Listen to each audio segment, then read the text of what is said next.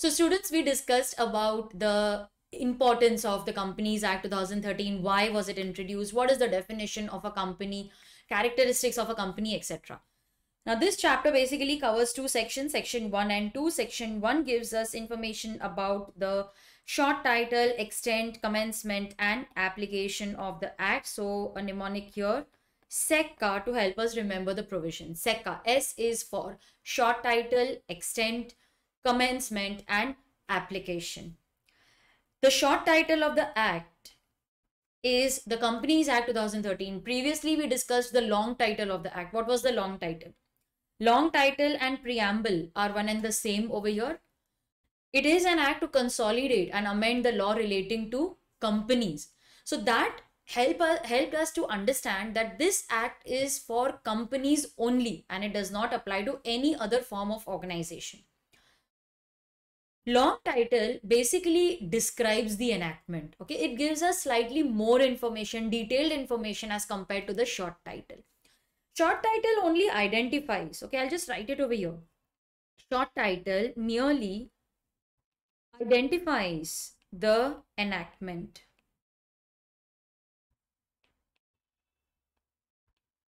It is mostly for convenience only, okay, it is mostly for convenience. All right, so the short title, it identifies the enactment. Like over here, the short title says that this act is the Companies Act 2013, whereas the long title will actually describe. So I'll write over here, the long title describes the enactment. In case of confusion, we generally refer the long title or the preamble of the act. If you want to see how it was notified, I have an image here. So this is an act to consolidate and amend the law relating to companies only. This is the preamble as well as the long title of the act. Preamble, it specifies the scope, object and purpose of the act. Why was this act introduced? What was the purpose of this act? So this act aims to consolidate and amend the law relating to companies, something which we discussed last time. So this act is also known as the Companies Act. So the short title identifies the enactment and says that it is the Companies Act 2013. What is the extent? The act applies to the whole of India. All right. Commencement, when did the act commence? So we discussed that it received the assent on 29th August. It was notified in the official gazette on 30th August. Section 1, it came into force immediately on 30th August. Whereas other sections, they were notified later on. Few sections like 98 sections on 12th September, 183 sections on 1st April 2014 and so on. So the Companies Act extends to the whole of India. This won't be asked in the exam, so it's not important for us. But yes, sometimes in a case-based question, they may, test you on this concept, whether you know the applicability or not, the extent of it. The first section, it came into force immediately, and other provisions, they were notified by the central government through notification in the official gazette. Applicability, yes, important. Now this act applies to the companies which were incorporated under this act. This act means the Companies Act 2013. But it also applies to the companies which were incorporated under any previous company law like 1956 to 1913 and so on. Now, Tata Steel was incorporated in the year 1907. Reliance Industries was incorporated in 1973. Infosys 1981. Can they say that since we were incorporated before 2013, the 1956 Act will apply to us?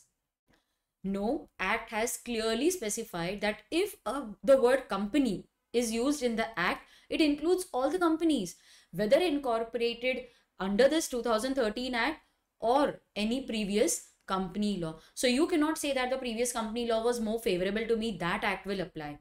The Companies Act 2013 covers all the companies, whether incorporated under this act or any previous company law.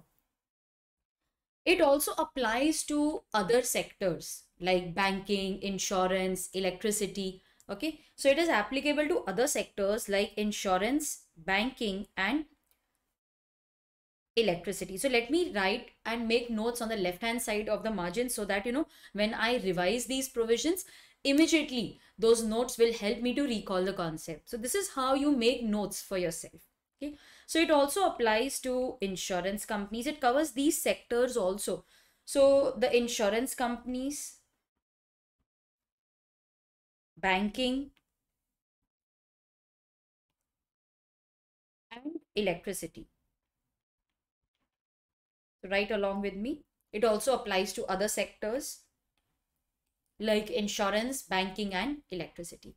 But the act excludes the companies if there are sections which contradict the act under which these companies were formed. So let's say, for example, that we are talking about an insurance company. So an insurance company is regulated by the Insurance Act 1938. I'll highlight it. The Insurance Act, the IRDA, that is Insurance Regulatory and Development Authority Act. So these are regulated, they are governed by the respective acts. Now, if there is some contradiction in the provisions, like Companies Act is saying something and their respective act is saying something else, then their respective acts will prevail. So the special acts under which these companies were formed, the special acts under which these companies are regulated, that act will prevail. So if you read the sentence properly, students, insurance companies, except where the provisions are inconsistent with the provisions of the Insurance Act or the IRDA, then in that case, their respective act will prevail. So what is the meaning of the word except where? See, this word is used in every sentence. So what I have done is I have explained the meaning also. Let's read that. It means that if any provisions of the Companies Act is inconsistent, we will highlight this word because it is important for us. If there is inconsistency, if there is a contradiction, then in that case, with any of the provisions of the other act, be it the Insurance Act, Banking Act, or the Electricity Act, by which the company is regulated. Regulated word is important for me. You have to write that in the exam if a question is asked on this. The word regulated is the key word. Okay. So what are the two words which we identified? One, if there is some inconsistency. Second is inconsistency with what? Inconsistency with the provisions of the other act under which these companies are regulated or governed or formed. You can use any word.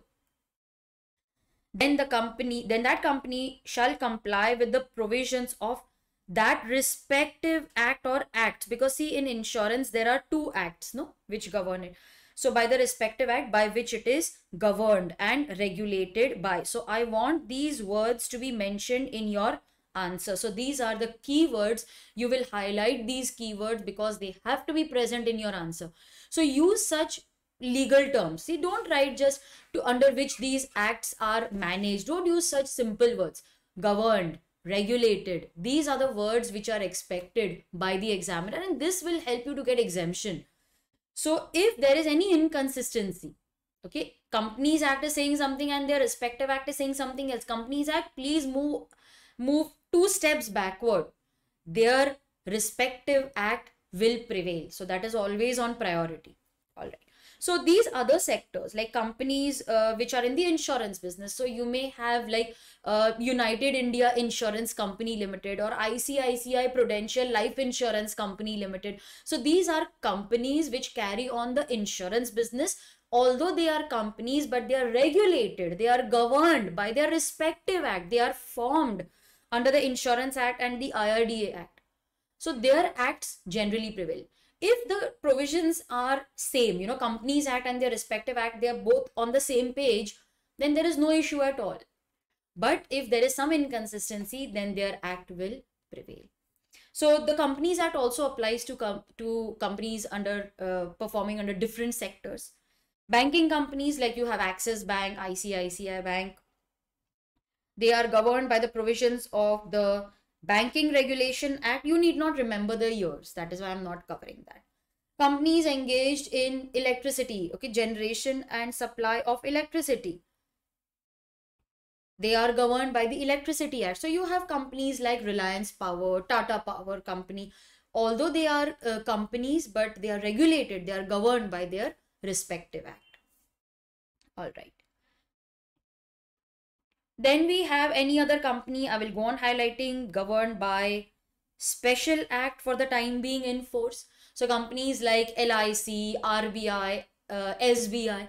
So LIC is formed under the LIC Act. Okay, so since it is formed under that act, it is governed by the provisions of its act. So although they are companies, they are considered as companies, the Companies Act will apply, but if there is inconsistency, their act will prevail. So any company governed by special act, a body corporate, we'll highlight that also, a body corporate incorporated under any act for the time being in force.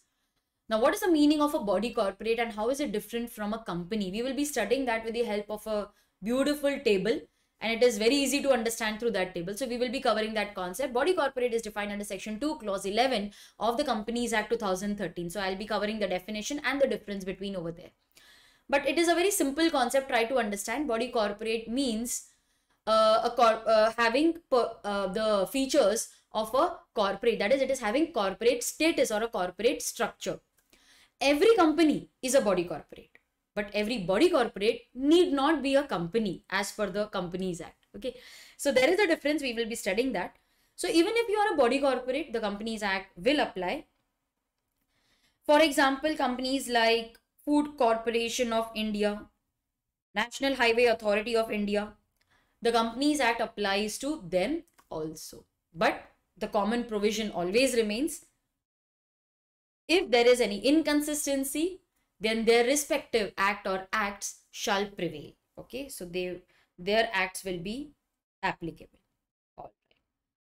Let us now continue and study section 2, which covers definitions. Definitions are given under section 2 of the Companies Act. You have total 95 definitions, but only 93 are covered in your module. There are few definitions which are not covered, but I have just mentioned the name because I want you to learn the clauses in a story format. So I'll teach you how to learn these clauses in a story format. I'll give you the story. But if I want you to learn all the clauses in a sequence, I also need to include the clauses which are not covered in the module. Now, I can't expect you to remember after 3, 4 is not there in the module, so I need not remember that and then jump to 5. I will not be able to make a story if I leave few sections. So just for the purpose of remembering the clause numbers, okay, I have even mentioned the clauses which are not covered in your module, but I have written NA. It means you need not learn the definition of that clause. So you need not cover all the definitions, study only the ones which are important for exam, and I'll also highlight the ones which you need to memorize. Not all the definitions in the module are important. Okay, so on this note, let us begin and first understand why is it necessary to define a few words. Now, these definitional sections or clauses, they are also known as internal aids to construction. They are of immense help in interpreting or construing the enactment or any of its parts. Ma'am, we didn't understand anything. Don't worry. Let me give you a background first. Why are definitions important? Now imagine if there is no definition. Okay, the word is not defined anywhere in the act. I'll take a very commonly used word in the Companies Act, director. What if I don't define the term director? Every person reading the act will have its own interpretation of director. So in order to provide uniformity, okay, that is the main purpose why are definitions formed, to provide uniformity, so that every person reading the act understands the word in the same sense. Now, if I give you the act without defining the word director, you may say that, ma'am, director means a person who manages the company. Somebody else will say, ma'am, director means a person who takes decisions for the company. Third person will have another interpretation of the word director. So in order to bring a uniformity in understanding, we need to define a few terms. Definitions are also provided in order to keep everything at one place. Okay, so to ensure that the meaning is kept at one place. And then wherever the word is used, it will have the same meaning. Now let's say, for example, so it also shortens, the burden or of the act. It makes it less bulky. Now, if I don't define the word director, wherever it is used in the act, I'll have to explain what it means because I have not defined it at one place. So imagine the word director being defined at every place it is used. It's not possible. There is a lot of repetition. Okay, so at one place, and it also avoids. So instead of defining the term every time, I define it at one place. Also, it avoids ambiguity. Uniformity also helps to avoid ambiguity.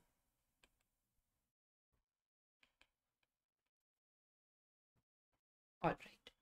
Now, how does it avoid ambiguity? See, if I give you the word board, okay, that is one word which we have defined in the Companies Act, board.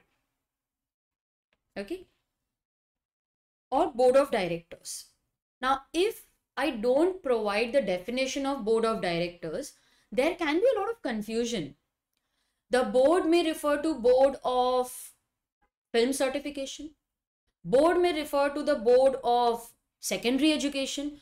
Board may refer to the board of a company. Now you will tell me, ma'am, why do you need to there's no need for confusion. You're studying the Companies Act. So obviously it is board of the company. Where is it written? Has it been mentioned anywhere in the act that they are referring to board of the company? It's not understood. If the word board is used, I may assume that the Companies Act is referring to board of film certification, or it is referring to board of secondary education. Where is it written that they are referring to board of a company? So in order to avoid ambiguity, confusion, we have defined the word board of directors or board, and see how well they have defined this word. In relation to a company. So they have clarified in the beginning itself that what the definition that we are providing, the term that we are defining is in relation to a company. So in relation to a company, it means a collective body of directors of whom the company. So board can be defined in context of any organization. So it can be board of a film fraternity, it can be board of some trust, it can be board of secondary school or secondary education. But here we are defining board with respect to a company. So in relation to a company, it means a collective body. So it cannot be just a single person. Okay, director can be a single person, but board is a collective body of whom? Of directors. Of which organization? Of the company. So it is a collective body. This is my keyword. It is collective body. Of whom? Of the directors. Of which organization? Of the company. So see, there is so much clarity which is given through the definition that wherever the word board or board of directors is used, it is in relation to a company. What is a board? It is a collective body of whom? Of the directors. Of which organization? Of the company. So this confusion or ambiguity is removed through the definition. Yes or no? So that is the use of the definition. Now, one last point. Now, all this is covered in the interpretation of statutes, which helps us to understand the language of law. Now, the word is defined by the lawmaker when the act was introduced. Yes. So the lawmaker had certain meaning in mind. Now, the person who is reading the act should know what was the intention of the lawmaker. That is why it is important to define that term in order to show that when the act was made, what was the intention of the lawmaker? When he used the word in the act, what did he mean? All that will be clarified through definition. Now, why is it known as an internal aid to construction? Firstly, let us understand what is the meaning of the word aid. Aid means help. Internal means it is specified in the act itself. So these meanings, these definitions are given in the act itself. That is why they are internal aids to construction. There are external aids to construction also. But these are internal because they are given in the act itself. What is the meaning of construction? Okay, first let us understand what is the meaning of interpretation and how is it different from construction. Interpretation means reading and understanding the act as it is. Understanding the act as it is. Reading the words, the provisions, and understanding it as the words are mentioned with the comma, with and or. Read it as it is and try to understand. If the meaning is clear, you need not go to the second step, that is construction. If the meaning is clear, there is no ambiguity. I don't need to apply my mind, logic, facts of the case. It's not required. But if I read the act as it is, and it is confusing, I don't think this was the intention of the lawmaker. I don't think that he wanted to read the word and as it is. Let's replace it with or. Let's see if it makes more sense. See, it is making more sense now. I think that was the intention of the lawmaker. So if we try to add facts and figures, maybe circumstance, like I'm not writing figures, it seems weird. So facts, circumstances. If I apply logic, does it make more sense? Yes, it does. Then that is construction. So act says read the definition as it is. If it is clear, there's no need for construction. But if there is ambiguity, if there is confusion, I don't think this was the intention of the lawmaker. Go one step further. That is known as construction. So these definitions help us to interpret, helps us to understand the language of law. It removes ambiguity, it brings uniformity. It also tries to shorten the language of law. It says that if we have mentioned the word appointed over here, appoint also means that the authority can remove. Okay, so if I have the power to appoint someone, I indirectly have the power to remove that person also. So all that is understood through definitions. All right, students. So I'll erase this later if you want, so that we can write few more notes, because all this is not going to be asked in the exam. But this is why definitions are always provided in the act, and the words are defined in the initial sections, maybe section 2 or 3, because we don't want you to have any kind of confusion before you start reading the provisions and the sections. So there should be absolute clarity. That is why these words are defined in the initial 1 or 2 sections. It is generally in section 2 or section 3 of the act. Let us discuss the first definition. Now, clause 1 defines abridged prospectus. Firstly, let us understand what is the meaning of the word prospectus. We are going to study this definition again when we discuss prospectus and allotment of securities. Now, what is the meaning of abridged prospectus? Prospectus is required when you offer securities to the public. See, the public is innocent. They don't know anything about your company. You are asking them to invest in your company, to give their hard-earned money. You need to provide them some basic information, right? The document through which this information is provided to the public is known as a prospectus. But do you really think people have the time and the patience to read a prospectus which is either like 150 to 200 pages? We don't even read a textbook which is crossing 100 pages. So do you really think people are going to read the prospectus? No. See, they are only concerned with what is the dividend that you have been giving since these years. What is the profit projection? Who are the directors? Who are going to manage the company? What is the object of your company? How are you going to utilize my money? So there are few basic, there is a set of basic information which the investors are concerned with. They don't want you to provide more details. They just want you to be very specific. Law says that instead of issuing the complete prospectus, why don't you just give them a summary version of the prospectus? That summarized version is known as an abridged prospectus. But I can't write just like, what I feel. Law again wants uniformity. That is why we have defined what should be the contents of an abridged prospectus. And what is an abridged prospectus? That is also defined under clause 1 of the Act. All the definitions are arranged alphabetically, so it will be easy for us to go through all the concepts. Now let us highlight the keywords. I hope you are ready with the highlighters. Yes. The first keyword is that it is a memorandum. See, it is not the final prospectus of the company. It's just a memorandum. It's like, containing half information. So it is something which is not complete. It is just a memorandum. In Hindi, we say kacha pakka. It is not complete because it doesn't provide 100% information. But it contains such salient features. It contains the important features of a prospectus as are specified by SEBI. Okay, so I'll highlight a few words here. SEBI. Okay, so you need not remember by making regulations in this behalf. All that can be avoided. Your definition should be like around 80% close to the actual definition. Word to word is not required always.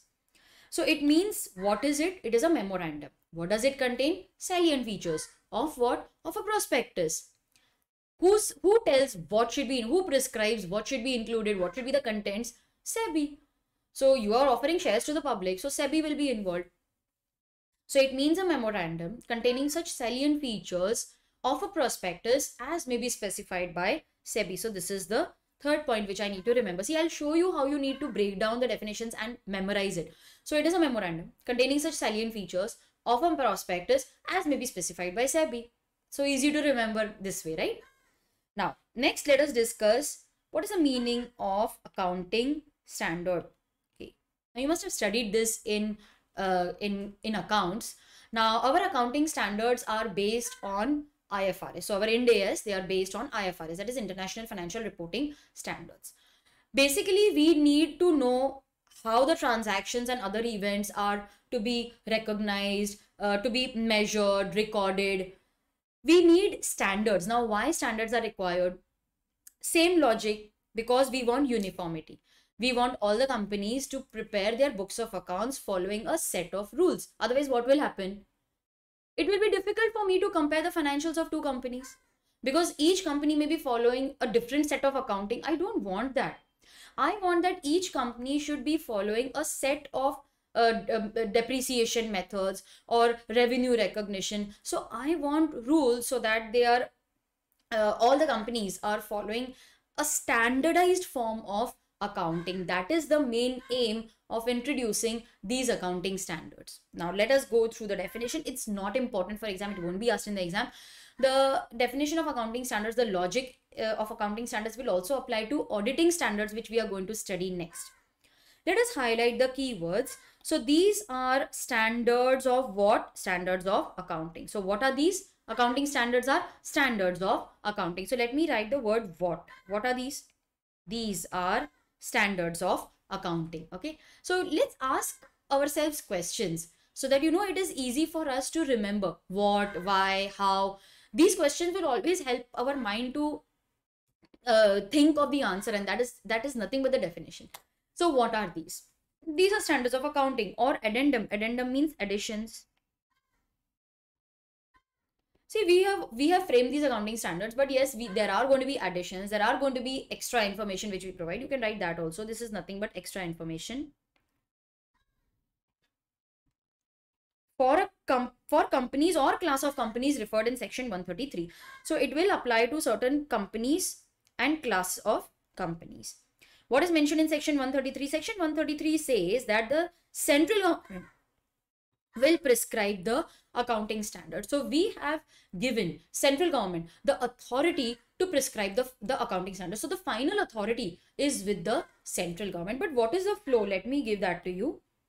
ICAI, okay, ICAI will recommend. ICAI will recommend the accounting, as well as later we will study auditing standards, to NFRA. Now, what is NFRA? The full form is mentioned over here. We will highlight it. National Financial. Okay, I have not given it over here, but it is National Financial Reporting Authority. So ICAI will recommend the accounting standards to NFRA. The NFRA will examine it,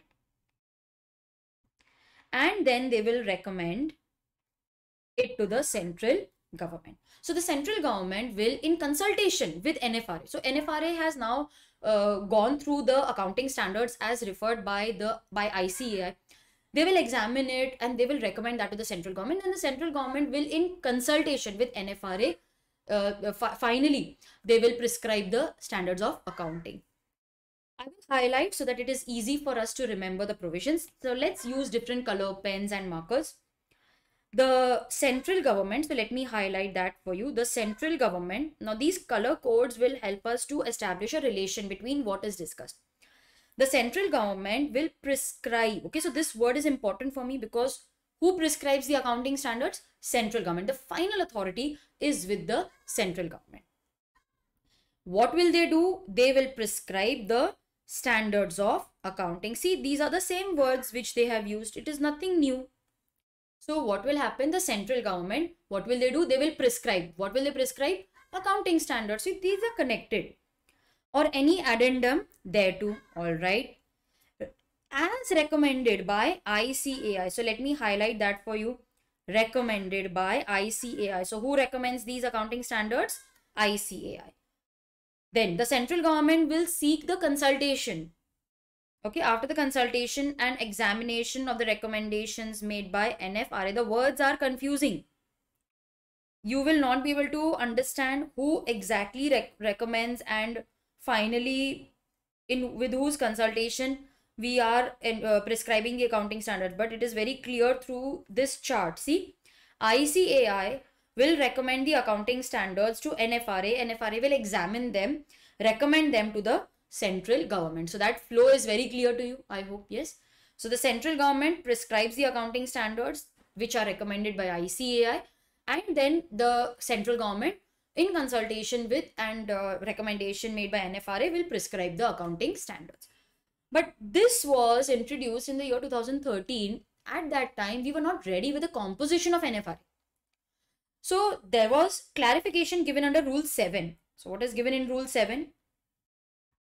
Rule 7 says, until the NFRA is constituted under Section 132 of the Act. We are going to study this in accounts of company later in the area of study. Okay.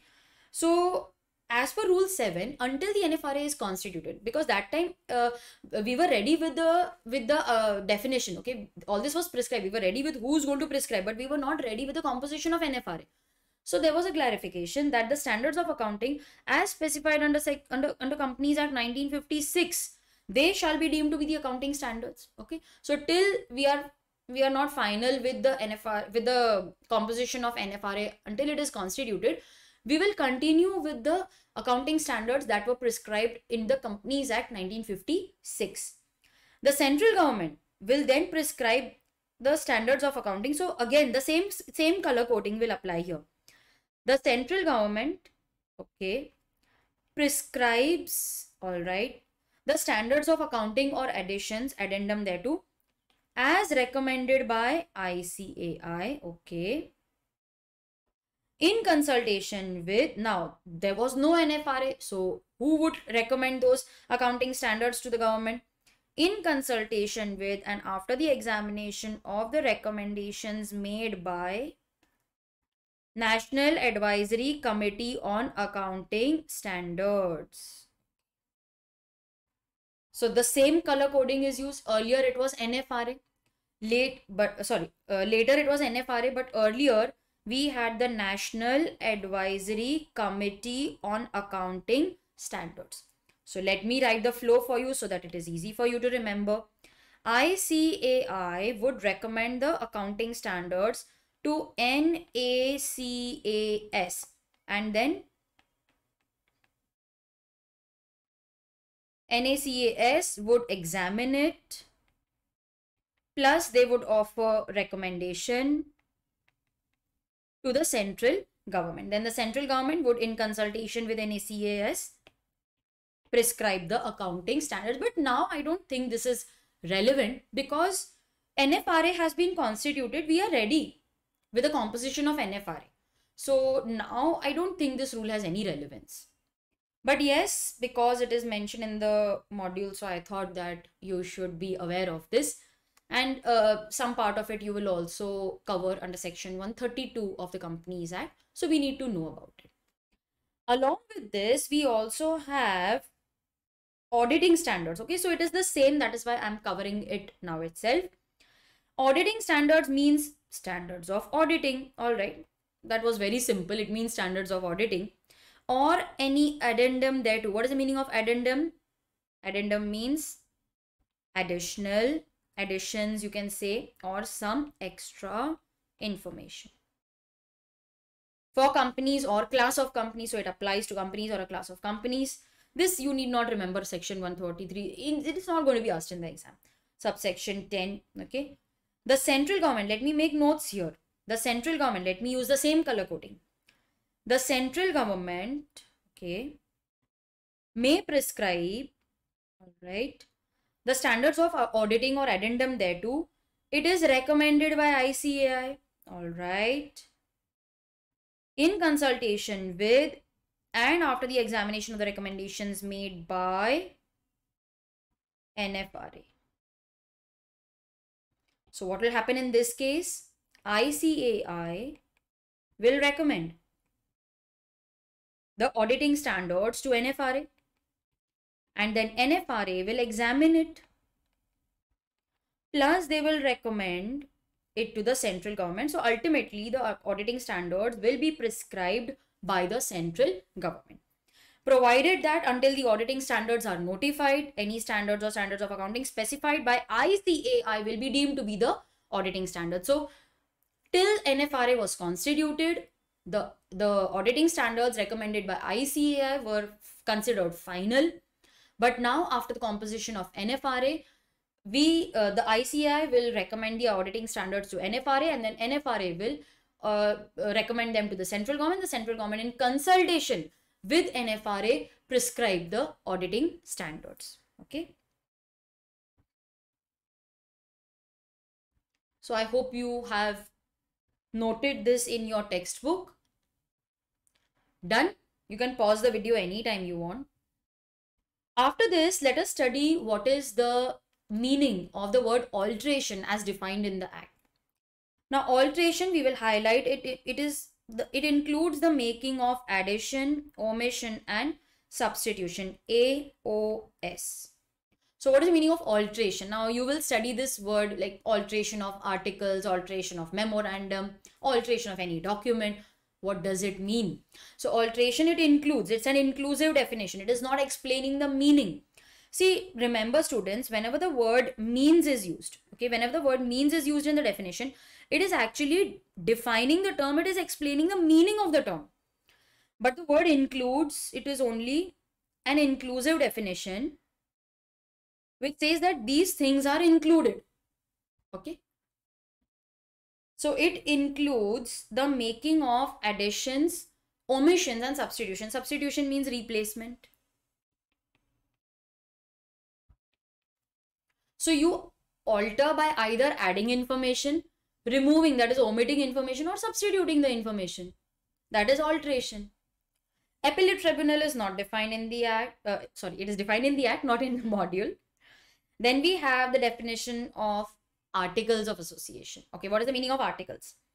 Articles means the articles of the company as originally framed. This will happen at the time of incorporation.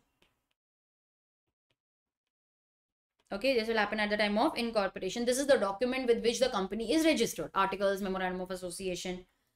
It also includes the articles which are altered from time to time. See, there are so many changes which happen in a company. So even though you are altering the articles, but wherever you use the word article, it includes that altered articles also. You can't say that, no, articles only mean the one which was, with which the company was incorporated. No, articles will also include the articles which you have altered from time to time. It also includes the articles which are applied in pursuance of this Act or any previous company law, like say for example, model articles. You did not prepare any article for your company. So law will automatically apply the model articles to you. That is also considered as articles of the company. So you can either adopt the model articles as it is, you can make changes, or you can have your own articles. What is the meaning of associate company? This we will study when I discuss holding and subsidiary company in the next unit. I don't want to discuss anything right now. You will understand this better when we study this along with holding and subsidiary. So I'll keep this on hold. But just remember the clause. It is important for exam along with the definition. It is important. We discussed auditing standards. Next, what is the meaning of authorized capital or nominal capital? This is the maximum amount of money that we can raise by issue of shares. This is that amount on which we pay stamp duty. So you need to mention the authorized capital in your memorandum, because the amount of stamp duty is based on the amount of authorized capital. It's a percentage which we apply on the authorized capital. So it is the capital which the company is authorized by the memorandum. Where is the capital clause mentioned? In the memorandum. So the company is authorized by the memorandum. This is the maximum amount of share capital of the company. So this is the maximum that the company can raise. I want to issue more shares. I want to go beyond the authorized capital. All right, you alter the authorized capital, alter the memorandum, alter the capital clause, and you can issue more shares. You can raise more money. Board of directors defined under clause 10. Now, students, there is a separate video which will help you to remember all the clause numbers in a sequence. So I'm not discussing and concentrating more on memorizing the clauses over here. Video is different. I'll give you a story to remember. Now just understand the meaning of the important definition. Okay. After this, let us discuss the meaning of body corporate or corporation. Now, the word corporation is actually derived from a Latin word, which is corpus. Okay, corpus is the Latin word which means body. Okay, corporation is derived from a Latin word corpus, which means body. So that is why body corporate is also known as corporation. Now, you remember I had mentioned a sentence that all companies are body corporates, but all body corporates are not companies. Why did I say that? There is a reason. I have a note for you. Let us discuss that first and then we'll come to the definition. I have a note for you. Here it is. You can copy this now to save time because it is not important for exam. I don't think they will ask you all this in the exam. So in order to save time, I have already written the note for you. You can just copy it. But first understand. Yes, first let us go through and then I will give you time to copy. An incorporated body. Now what is incorporation? It means coming into existence. So this is basically applicable for artificial persons because they don't take birth like a natural person. So you have to form them. An incorporated body owes its existence either to a special act of parliament. Okay, let me highlight this. So you can be formed either under a separate act of parliament or you can be formed under the company law. Okay, so if you are an incorporated body, incorporated means you are an artificial person. An artificial person can be formed either under a special act of parliament or under the company law. So corporations like LIC, SBI, etc., they have been brought into existence by special act of parliament. So LIC is incorporated under the LIC Act. Yes, LIC Act. Same goes for SBI. They are also known as statutory corporations.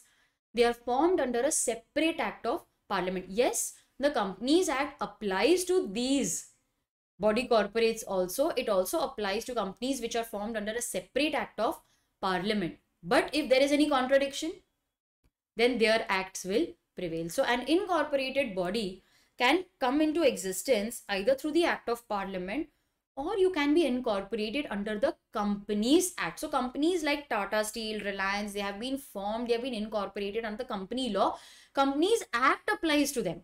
So these are those companies which are defined under the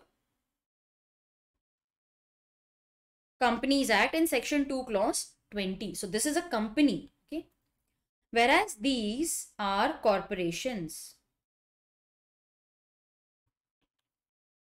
Both are covered under the meaning of a body corporate. That is why I mentioned that all companies are body corporates. But all body corporates are not companies because body corporate includes those corporations which are formed under separate act of parliament. That is also included in the term body corporate. Are you getting me? So all the companies are body corporates.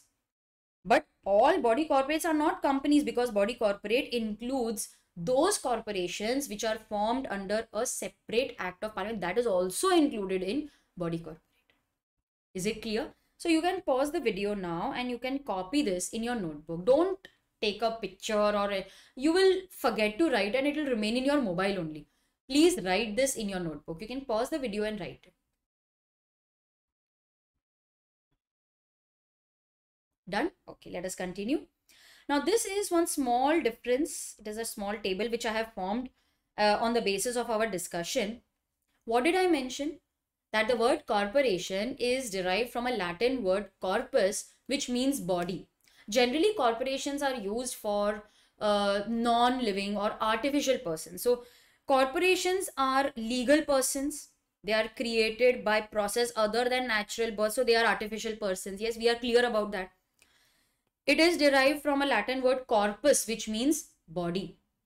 Now, what exactly is a body corporate? See, it is a corporate means it is having corporate structure, corporate status. What does it mean? It means it is just like any other living person capable of contracting in its own name. So, body corporate. Corporate means association of persons having the following characteristics. Like a person, it has separate legal status. Okay, it has corporate status. It is incorporated under any law, not necessarily the Companies Act. It is incorporated under any law for the time being in force. It has separate legal identity, perpetual succession, common seal. It can file a case can be filed. It can enter into contracts. It can sue in its own name. So these are the characteristics of a body corporate. Section 2, clause 11, I had mentioned this earlier. First, listen to me, students. I will give you time to copy. Section 2, clause 11 of the Companies Act defines the term body corporate. And it's a very interesting definition. It says that body corporate or corporation includes, I have highlighted this word, it includes. It means that it is not an exhaustive definition. It is just an inclusive definition. We can include something else also. Yes. So it includes a company incorporated outside India. It is understood that companies which are incorporated in India are body corporates. It is already covered in the definition, but it also includes the companies which are incorporated outside India, may or may not having a place of business in India. So companies which are incorporated in India are body corporates because all companies are body corporates. But it also includes the companies which are incorporated outside India, may or may not be having a place of business in India. Extra point. If you are incorporated outside India, but you're doing business in India, you're a foreign company. Companies Act applies to you. So it includes a company incorporated outside India.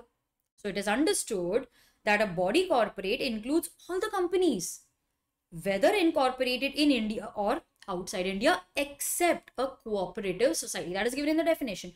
It does not include a cooperative society. It does not include any other body corporate. Okay, it does not include any body corporate notified by the central government. Something wrong with my voice. Fine. Okay. So it does not include a body corporate, cooperative society. It does not include any body corporate as notified by the central government. So basically it includes all the companies incorporated in India or outside India except a cooperative society. Now let us see how is a company defined. Company means a company which is registered under the Companies Act 2013 in India. So to be classified as a company, not a body corporate, just a company, you have to be registered in India. You also must have a registered office in India. Okay. So when will you consider yourself as a company? If you are incorporated in India and you have a registered office in India.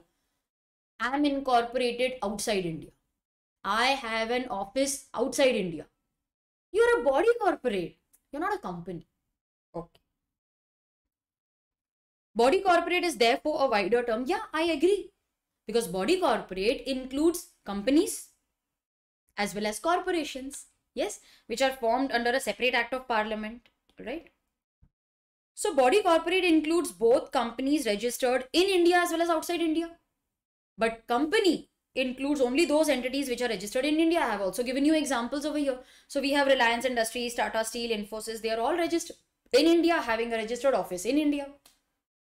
But companies like Alphabet Inc., this is the parent company of Google, Microsoft, Facebook, they are all incorporated outside India. foreign company is a company not incorporated in India. But ma'am, they are present in India. Yes, dear, they are present in India through subsidiaries. So yes, because business has gone global. Now, for the ease of doing business, they have offices in India. But how do they operate in India? They form a subsidiary in India. So this is an exception. However, a subsidiary of such company, if incorporated in India, shall be considered as company by the Companies Act. Now, say for example, you have Google India Private Limited. It is a subsidiary of the parent company. So that is considered, this is considered as a company. This will be considered as a company and the Companies Act will apply. It is covered under the definition of company. Whereas its parent company, Alphabet Inc., that is considered as a body corporate. Because it is incorporated outside India, having registered office also outside India. But the subsidiary incorporated in India and having a registered office in India, that subsidiary will be considered as a company to which the Companies Act applies. Same goes for PepsiCo India Private Limited. It is an Indian subsidiary incorporated in India, having office in India. That is an a company as per the Companies Act. Okay, students. So this is the meaning of a body corporate. You can pause the video and you can write. Right, chalo, likho.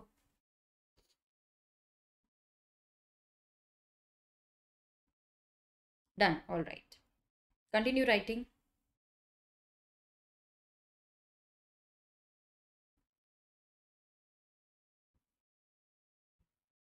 Then this.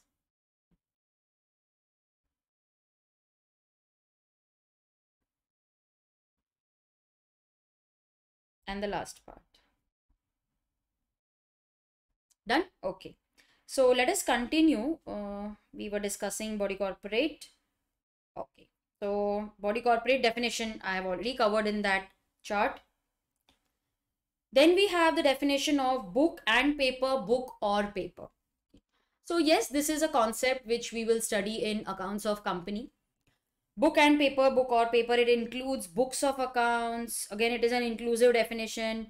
Deeds, vouchers, writings, documents, minutes registered, maintained either on paper or in the electronic form. So you can maintain books in the electronic form. You can have Tally, you can have any other system of maintaining these documents. You can store it in a floppy drive or a drive space, cloud, or maybe on a server.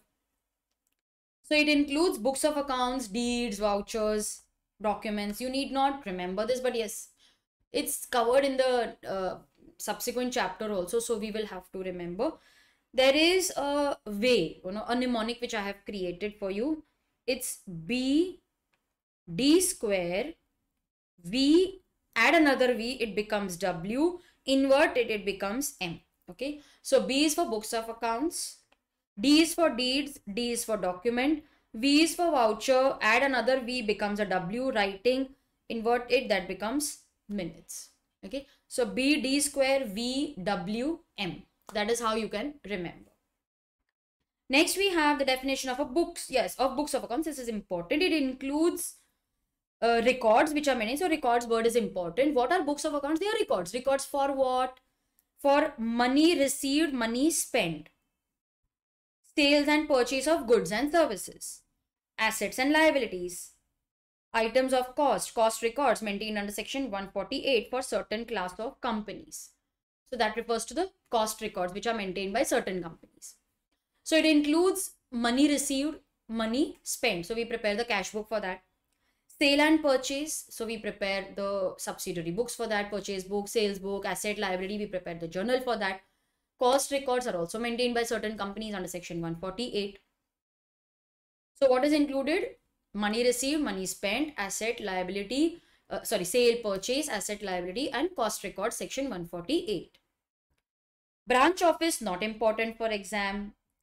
Called up capital fairly important. It means the amount which has been called up. Okay. Charge. Yes, this is important. Do you know before the 2013 Act, the word charge was not defined at all. There was no definition for the word charge. It was defined for the first time in the Companies Act 2013.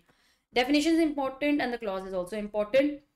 Earlier, the definition was that charge includes mortgage. Now they have properly defined it means interest or lien created on the property or assets of the company or any of its undertaking or both as security, and it includes mortgage also. So in simple words, charge means security.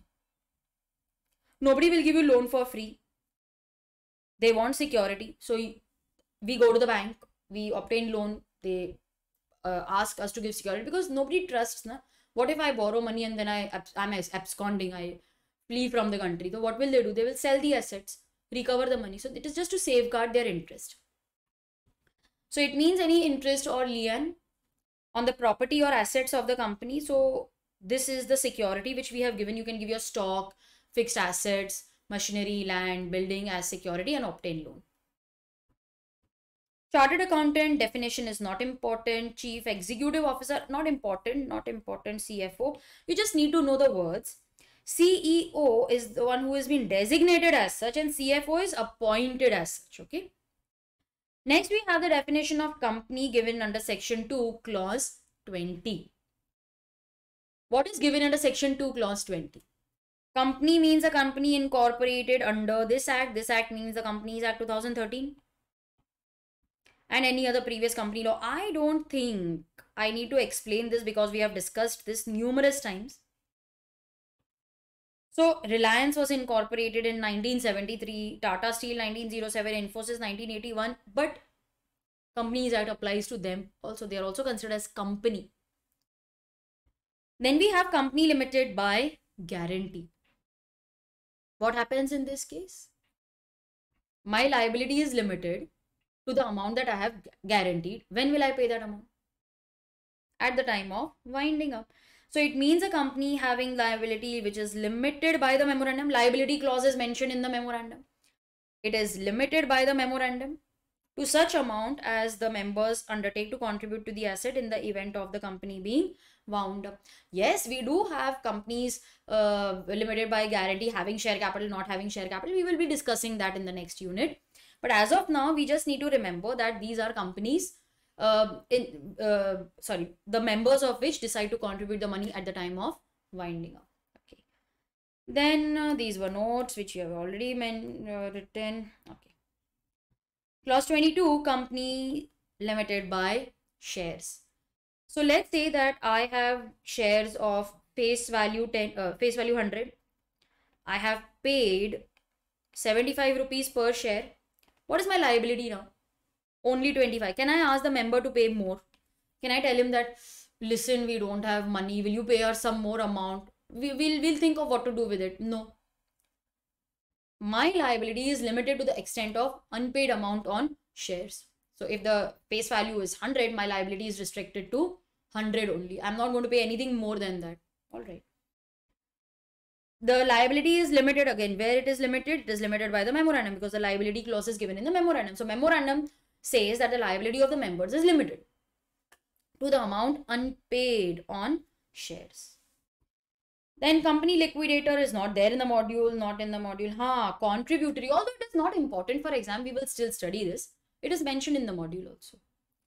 Contributory, how is the word contributory defined? Now I have a small chart for you actually. We'll write it. Okay, that will be better. So in your notebook, you will write with me.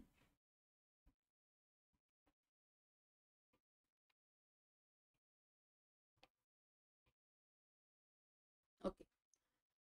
We are discussing the meaning of the word contributory. Now, as far as a company is concerned, okay, in case of a company limited by shares, and here we have limited by guarantee.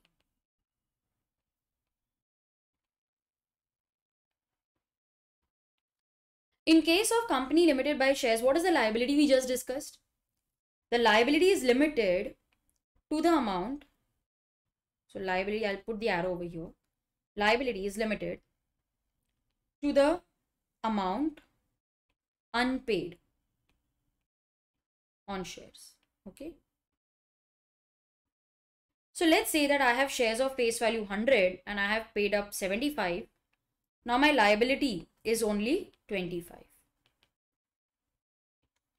if this 25 rupees is recovered from the member during the lifetime, then he is contributing this money as a member. Okay, he is considered as a member. But if this money is called from him at the time of winding up, then that person is known as, then he is known as contributory. So let's say Mr. X. Okay, Mr. X is the owner of one share of 100 rupees each. During the lifetime, if we call 25 rupees from him, then X is considered as a member. He is contributing as a member. This is nothing but your call money, right? As during the lifetime, this is your call money. Then that person is contributing as a member.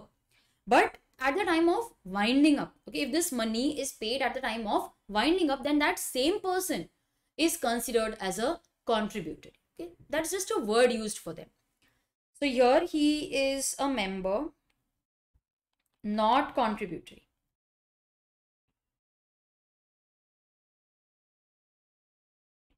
Okay, but at the time of winding up, that same person is called a contributory. Is it clear? There is one very interesting part. Let's say that Mr. X is the owner of one share of face value 100. One share, okay, he owns one share. The share is fully paid up.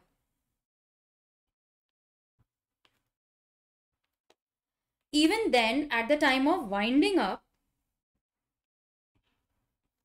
he is known as a contributory, even though he is not going to contribute any amount because it is fully paid. Shares are fully paid. Although we will not recover anything from him, he will not contribute,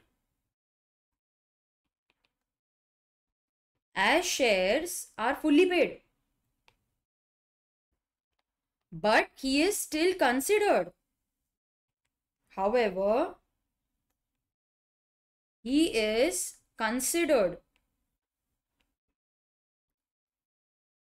or he is known as. Okay, he is known as. That is the name which we have given him. He is known as a contributory. That is just a name which we have given. Okay. Have you written? You want to copy this? I'll wait.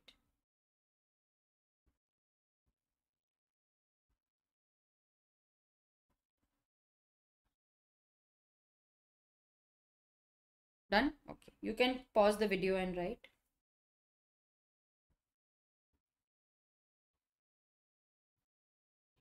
Done? Okay. So this is the meaning of the word contributory. Let us read the definition. Contributory means a person liable to contribute. Okay, so he is, we'll highlight, liable to contribute towards the assets, but in the event of winding up of the company. For the purpose of this clause, it is hereby clarified that a person holding fully paid up shares in the company shall be considered, he will be known as a contributory, although we will not recover anything from him, although he is not liable because he is holding fully paid up share, but just a name given to him, he is known as a contributory. Next, let us discuss the definition of the word control. Not important for exam, but yes, since you will find a mention of this word in the definition of holding subsidiary, so it is important for us to at least go through the definition once. Okay, you need not learn it, but at least understand it. So clause 27, it defines the word control. Now, we will first mention that it is relevant for holding and subsidiary. You will also find the word control in other definitions also, like promoter. So what exactly is the meaning of the word control? But first I will write over here relevant for holding and subsidiary. HNS means it is relevant for holding and subsidiary. The word control shall include. Include means it's an inclusive definition. What is the meaning of inclusive? Inclusive means that they're trying not to define the word. See, when they use the word means, okay, like in company, section 2, clause 20, they have used the word means. Company means a company. It means they are trying to define the meaning of the word company. But when they say that control includes, it means it's an inclusive definition.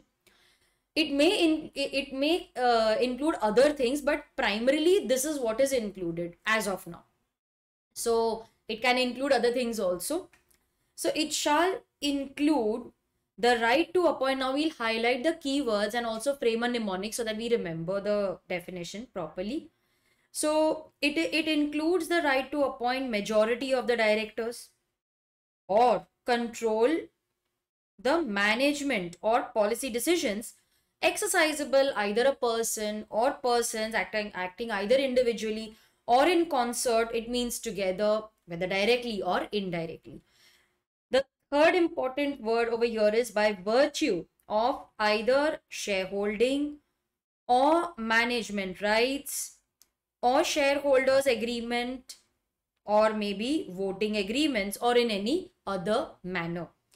So over here we will write that how can you exercise this control? How can you exercise? You may have the right to appoint majority of the directors. You may have the control over the management or policy decisions.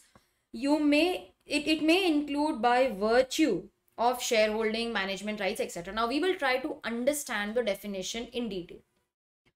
So control will include, what is included? The right to appoint majority of the directors of the company. Now take the example of holding and subsidiary. Holding owns 60% of the capital of S. Holding has the right to control the composition of the board of directors. Now what is controlling the composition? You can either appoint or remove majority or all the directors of the subsidiary company at your own discretion. Now the same logic applies here also. How can you control someone? How can you control another company? By having the right to appoint majority directors of that company. See, the word appoint also includes the right to remove. See, law wants to shorten the language. Okay, we always want to shorten the language of law. So it is understood that if you have the authority to appoint, you will also have the authority to remove. That is understood. Okay. So the word control shall include the right to appoint majority of the directors. If you can appoint, you can also remove majority of the directors. See, if you can control the director, indirectly you are controlling that other organization. You can also have the right to control the management or policy decisions. So if you have the right to control the management decisions, it means you are controlling that organization. You are like holding is controlling the subsidiary by taking control of the management or policy decisions. Now, why? Okay, why will someone allow you to control the composition of the board? Why will someone allow you to take decisions for itself? Why will someone allow you to make management or policy decisions? See, it is very simple that you have given money against share. So you have given money and you have obtained share more than 50%. Okay, so you have contributed to majority of the capital of that company. Because of that, by virtue of means because of that, they have given you the right to control the management. They have given you the right to appoint or remove majority of the directors. So by virtue of means it is because of my shareholding. It may be because I have some management rights or there is some shareholder or voting agreement, and because of this agreement, I have the right to control the composition of the board, or I have the right to management or other policy decisions. Okay, so it is because of the shareholding, management rights, shareholders rights or voting agreements that I have been given the power. So you may have either given lot of money in the form of loan and that is why I got this right, or you may have invested in the company. These rights, they have allowed you to appoint majority or remove the board of directors or participate in the decision. So that is the meaning of the word control. All right. Next, we have clause 28, which defines cost accountant. Not important for us. Quote, again, not important. Clause 30, yes, it is important. Debentures. Okay, defines debentures. Now, what is mentioned in clause 30, debentures? We are going to study debentures in the chapter shares and debentures. So this definition will be repeated over there. But I feel that, you know, the more we study, the more we revise, the better we will get at that topic. So don't worry. We'll repeat the definition. We'll study it again. We'll study it in detail. Consider that as revision. Okay. Now, what is the meaning of debenture? See, there are various ways in which company can raise money. You can either issue shares.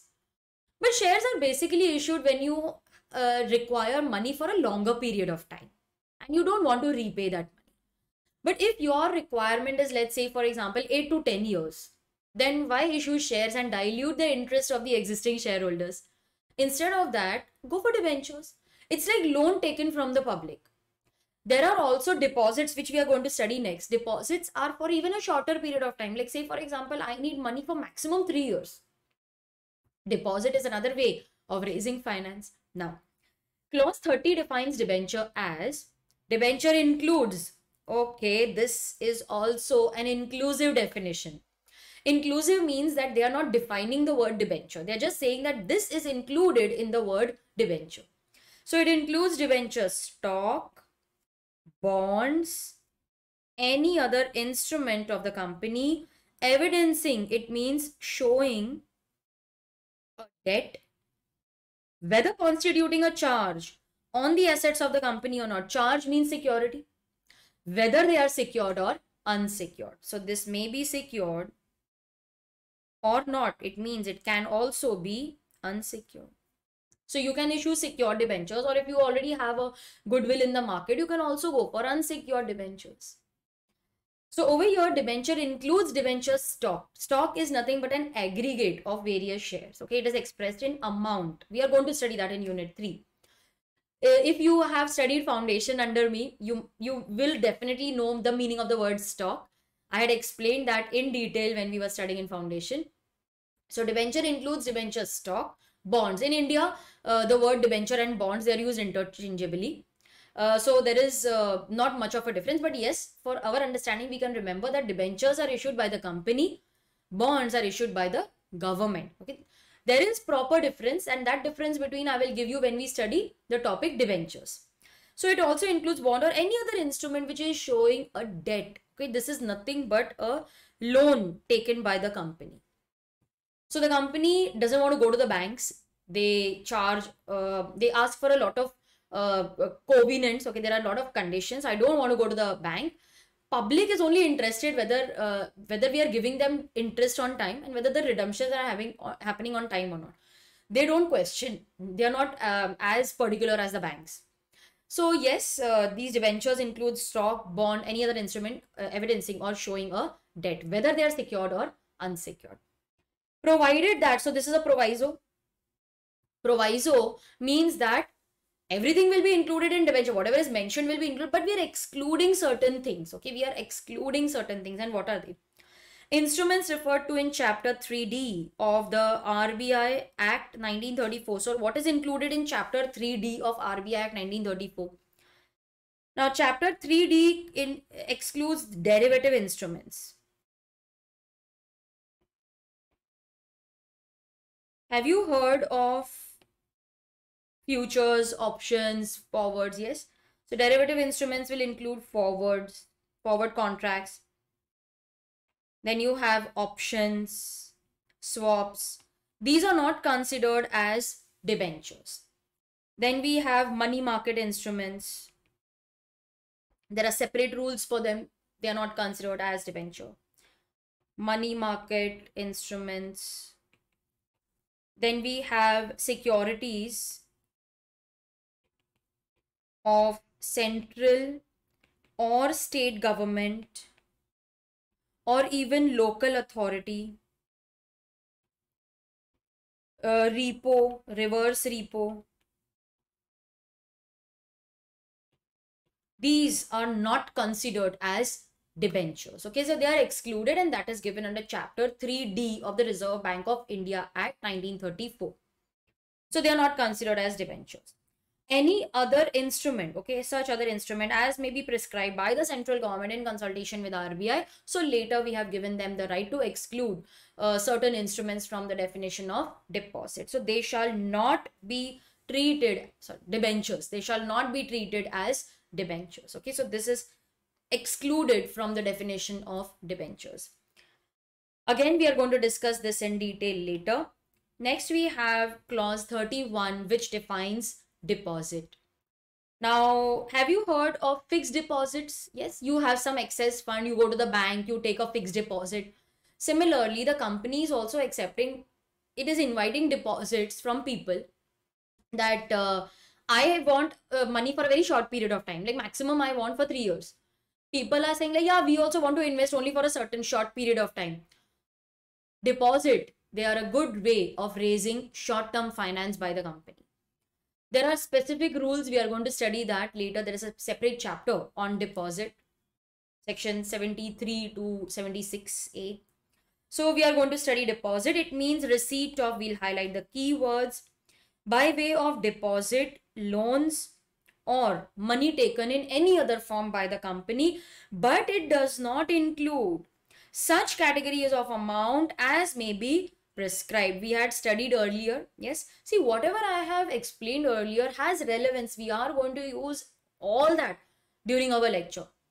Now, it does not include any amount as may be prescribed in consultation with RBI. So the Parliament, when they enacted this Companies Act, okay, so when they enforced the Companies Act, they said that yes, we will exclude certain categories of amount, but now we are not ready with that list. Central government, we are authorizing you, we are giving you the power to prescribe rules for effective management of the act.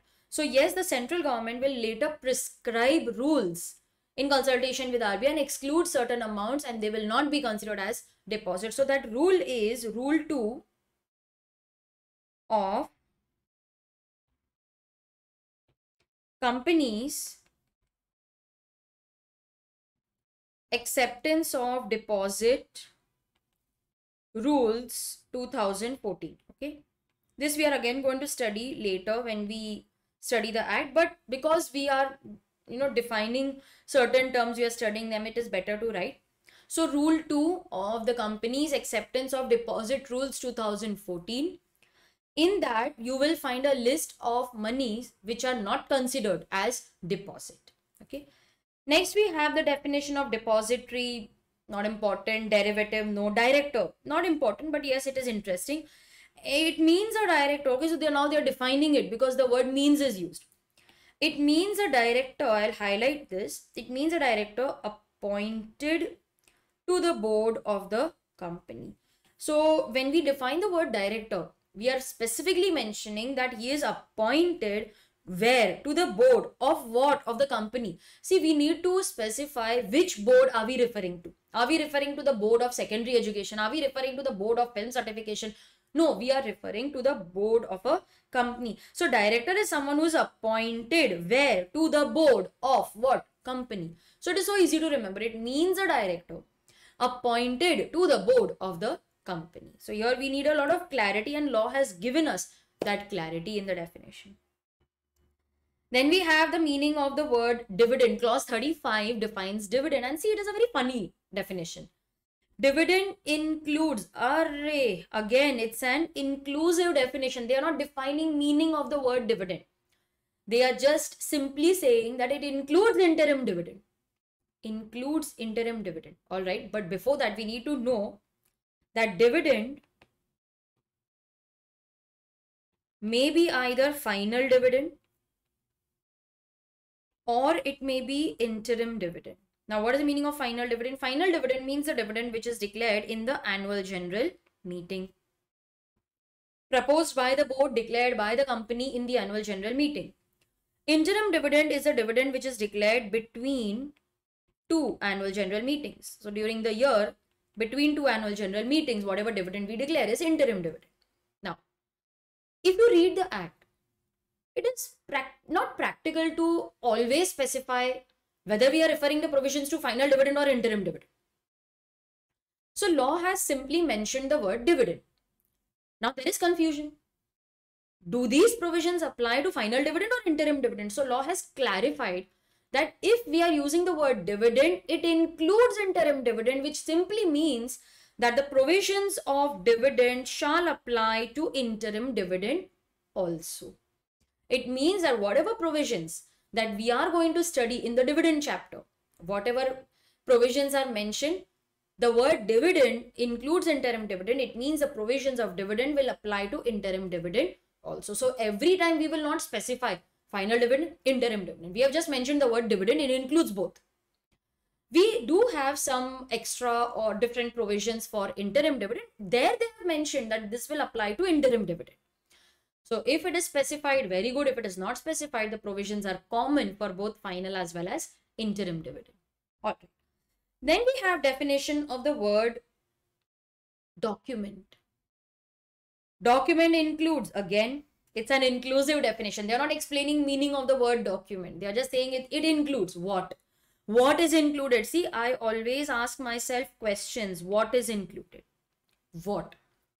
So see, it includes summons, notice, requisition means request, order, declaration, form, register. Not important for exam. We are just studying it for our knowledge.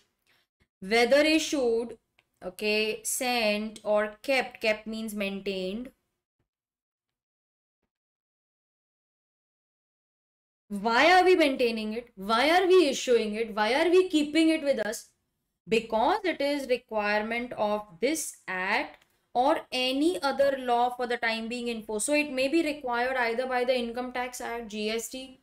So either this act, that is the Companies Act, or any other any other law. Why we are maintaining it? Because it is the requirement of law. That is why we are maintaining these documents. How are we maintaining it? I'm changing the ink. How are we maintaining it? We may maintain either in paper, you take a printout and maintain it, or in the electronic form, like you have an image, or you are maintaining books of documents, books of accounts in electronic form. You're maintaining certain documents in your computer, so that or in a drive, or maybe on a server. That means you're maintaining it in the electronic form. So what are the few words that we highlighted? One was what, then is why. I'm just highlighting so that you know that we need to ask ourselves 3 questions. So if you're learning the definition of document, you need to ask yourself 3 questions. What is a document? So document is summon, notice, requisition, order, etc. Whether issued, sent or kept. Kept means maintained. Why? It's a requirement of this act or some other law for the time being in force. And how you're maintaining it, either in paper or in electronic form. So if you ask yourself these 3 questions, your entire definition is learned. Yes or no? So students, this is how you will memorize the definitions. This is not important for exam, but anyways. So in this video, we discussed section 1. Yes, we discussed section 1 in this lecture. We started by discussing section 1. Then we discussed various other sections like section 2, we discussed clauses, abridged prospectus, accounting standards. What is the meaning of the word alteration? It means addition, omission, substitution, that is replacement. Alteration, articles, then it is originally framed, altered from time to time, or you can also adopt the model articles. Auditing standards, accounting standards, yes, they are recommended by ICAI to NFRA. NFRA will then confirm it. They will go through it and they will recommend that to the central government. So they will examine and recommend to the central government. Then we also discussed meaning of the word body corporate, and I also gave you a detailed table explaining the difference between company and body corporate. Then books of accounts, charge, we discussed charge means it is a kind of security. Company was defined, company limited by guarantee, company limited by shares. Then we discussed meaning of the word contributory. I made you write a note for that. Yes. After that, we discussed what is control, debenture, deposit, dividend and document. So everything was discussed in detail, and I think we will end the lecture here because we covered all the clauses till D. Okay, till D. Next lecture, I will continue with the preliminary chapter and we will try to conclude the chapter next time. After that, we will solve the relevant questions from the compiler. Okay, and with that, our first chapter will be over. So guys, please read this, keep revising, go through my notes and try to memorize the definition so that you are ready with the definition and with the learning part of it till your revision. Okay, so my aim is that you should learn, revise in the class itself so that you don't have to study again at home. But yes, one reading is definitely required. So go through these definitions and try to learn them, write and practice, and I'm sure you'll be able to memorize all the definitions.